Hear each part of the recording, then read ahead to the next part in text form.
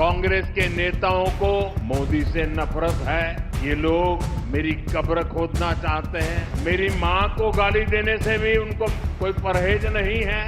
उन्हें भाजपा से विरोध है, उन्हें एनडीए से विरोध है। देश के पहले ऐसे प्रधानमंत्री हैं जो परमानेंट अपनी ही पीड़ा में परेशान रहते हैं, रोते ही रहते हैं। लगता है आपने वो सलमान खान की पिक्चर देखी है तेरे नाम, उसमें सलमान खान शुरू से अंत तक रोते ही रहते हैं। मैं तो कहती हूँ मोदी जी के लिए भी पिक्चर बना देते हैं, उसका नाम रखेंगे मेरे नाम। मुझे तो बेचारे आरएसएस और भाजपा के जो अच्छे कार्यकर्ता हैं, जो सालों से संघर्ष कर रहे हैं अपनी पार्टी के लिए, उन पे तरस आती है कि क्या पता ये कायरों की सेना ही उनकी पार्टी को चलाने ना लगे।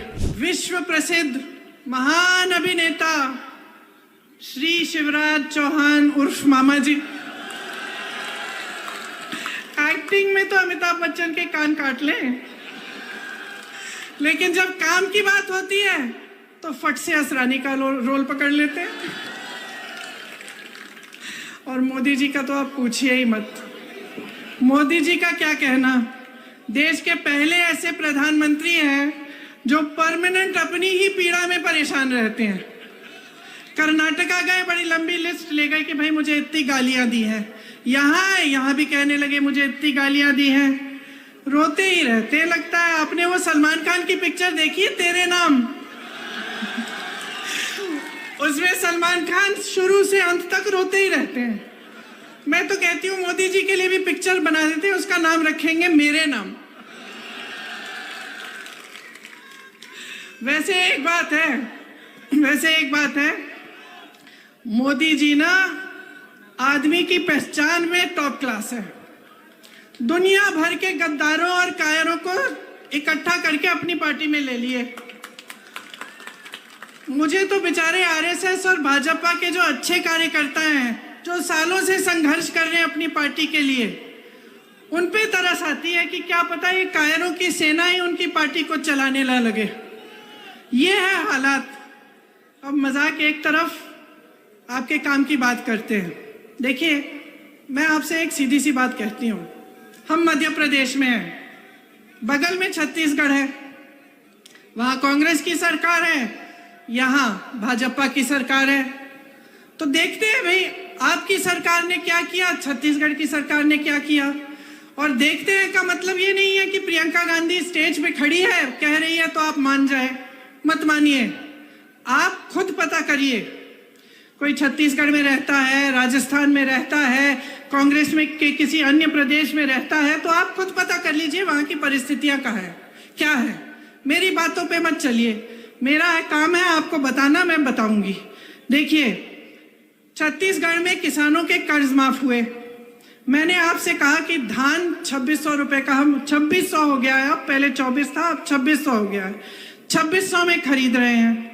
वहां वन उपज के लिए समर्थन मूल्य मिल रहा है। धान छोड़िए, गेहूं छोड़िए, वन उपज के लिए मिल रहा है। जो महंगाई देश की जो केंद्र सरकार है उसने थोपी है जनता पे, उससे बचाया जा रहा है लोगों को। जो आपके पैसे हैं आपकी जेब में वापस दिए जा रहे हैं। यहाँ जब भी ये सवाल उठता है भाजपा के प्रदेशों में, उनकी सरकारों में, तो जवाब यही आता है कि पैसे नहीं है।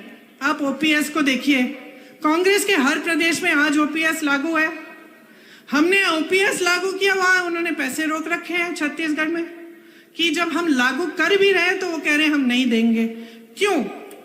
जब ये सबको, बड़े बड़े उद्योगपतियों के कर्ज माफ कर सकते हैं, बड़े बड़े उद्योगपतियों को जो आपकी संपत्ति है वो सौंप सकते हैं, तो आपके लिए, आपके जेब में, चाहे आपका पेंशन हो, चाहे आपके कर्ज माफ करने की बात हो, चाहे महिलाओं के लिए कुछ राहत हो, इसकी बात क्यों नहीं कर सकते?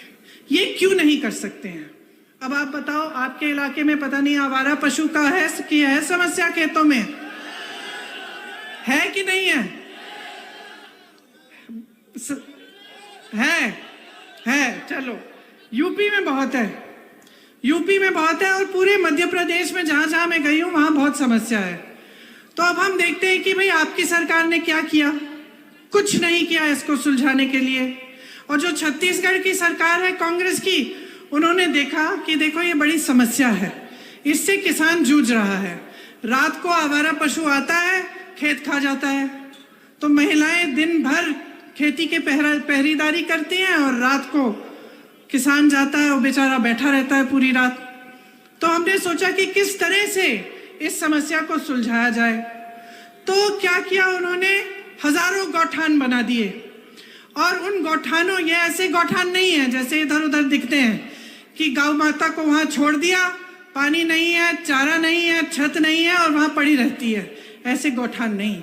उन्होंने सोचा कि ऐसे गौठान बनाएंगे जिससे जो गांव की अर्थव्यवस्था है वो मजबूत हो जाएगी। तो क्या किया, वहां जो स्वयं सेवा समूह है महिलाओं के वो बनवाए, महिलाओं को रोजगार दिया। ये कह दिया कि अगर आप गोबर बेचेंगे हम गोबर आपसे खरीदेंगे। सरकार जनता से कहा कि हम गोबर खरीदेंगे। तो क्या हुआ, लोगों ने आवारा पशु रखने शुरू किए क्योंकि उससे कमाई शुरू हो गई। तो आवारा पशु रखना शुरू किया, उसकी गोबर सरकार ने खरीदी, उसमें से गोबर गैस बनाया, अन्य ऐसी चीजें बनाई और गौठान में खूब रोजगार दिलवाए, खासतौर से महिलाओं को। तो वहां मैं ऐसी महिलाओं से मिली हूं जो उन गौठानों में काम करके अपने स्वयं सेवा समूह द्वारा 1 लाख से 6 लाख रुपए कमा रही हैं महिलाएं। तो एक बड़ी समस्या थी, उसको सुलझाने के लिए दिमाग लगाया गया और ये तय किया गया कि हम इस तरह से सुलझाएंगे कि जनता की सुविधा हो जाएगी। और आज मध्य प्रदेश में किसान उसी से जूझ रहा है। मैं तो कहती हूँ नकल ही कर लेते। छत्तीसगढ़ में जो प्रोग्राम है, जो योजना है, उसकी नकल करके यहाँ कर लेते हैं, उतना भी नहीं किया। तो जो आपकी बड़ी बड़ी समस्याएं हैं उससे आज आप जूझ रहे हैं, बहुत परेशान हैं। गांव को मजबूत करने की जो बात होती है ना, वो शुरू में महात्मा गांधी जी ने की थी। ग्राम स्वराज कहते थे उसे।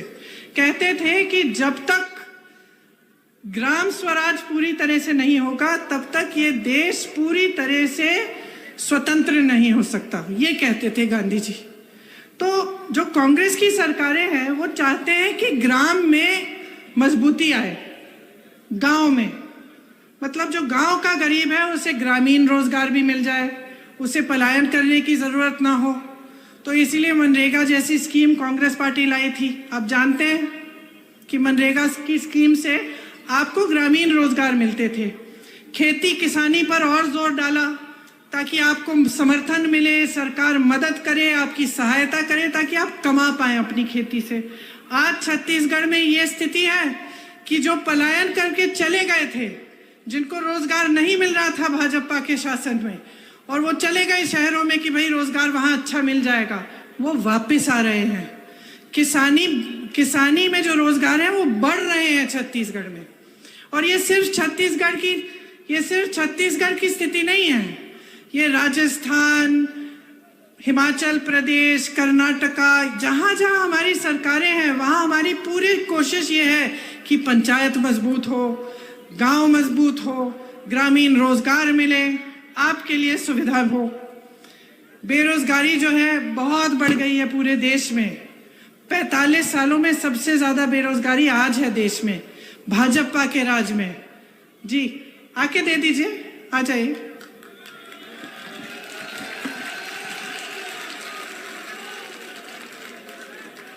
इधर से आ जाइए।